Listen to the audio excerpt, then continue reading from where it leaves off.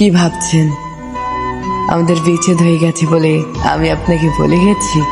না, আজও বলতে পারিনি। আজও সকাল থেকে রাতে ঘুমিয়ে পড়ার আগে পর্যন্ত আমার প্রথম এবং শেষ ভাবনাই আপনি। আগের মতোই এখনোই আপনাকে ভালোবাসি, তবে আর আগের মতো প্রকাশ করা হয় না এখন। জানেন, এখন আমার মোবাইলে কোনো ফোন আসলে সবার প্রথমে আপনার কথা মনে পড়ে।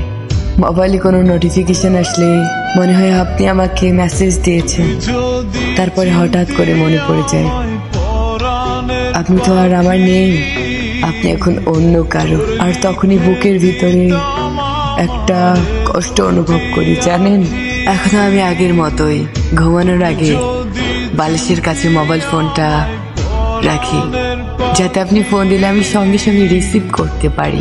জানি আপনি কখনোই আমার খোঁজ নেবেন না, তবুও আজও আপনার কথা ভাবতে আমার শান্তি লাগে।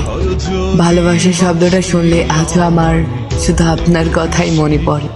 আজও যে আপনি আমার কল্পনা জুড়েই আছেন। দিন শেষে খুব কষ্ট হয় যখন মনে পড়ে আপনি অন্য কারো। তবে আমি সবসময় দূর থেকেই চাই আপনি সবসময় খুব ভালো থাকেন, পৃথিবীর সকল সুখ আপনার হোক। আমি সারা জীবন দূর থেকে আপনাকে এভাবে ভালোবেসে যাব। আপনাকে বলেছে আমার পক্ষে সম্ভব নয়, জানি আপনি অন্য কারোর, তবু আমি আপনাকে অসম্ভব ভালোবাসি।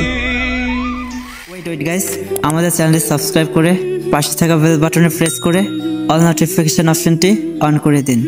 আর অবশ্যই আমাদের ভিডিওটি ভালো লাগলে লাইক কমেন্ট শেয়ার করতে ভুলবেন না কিন্তু।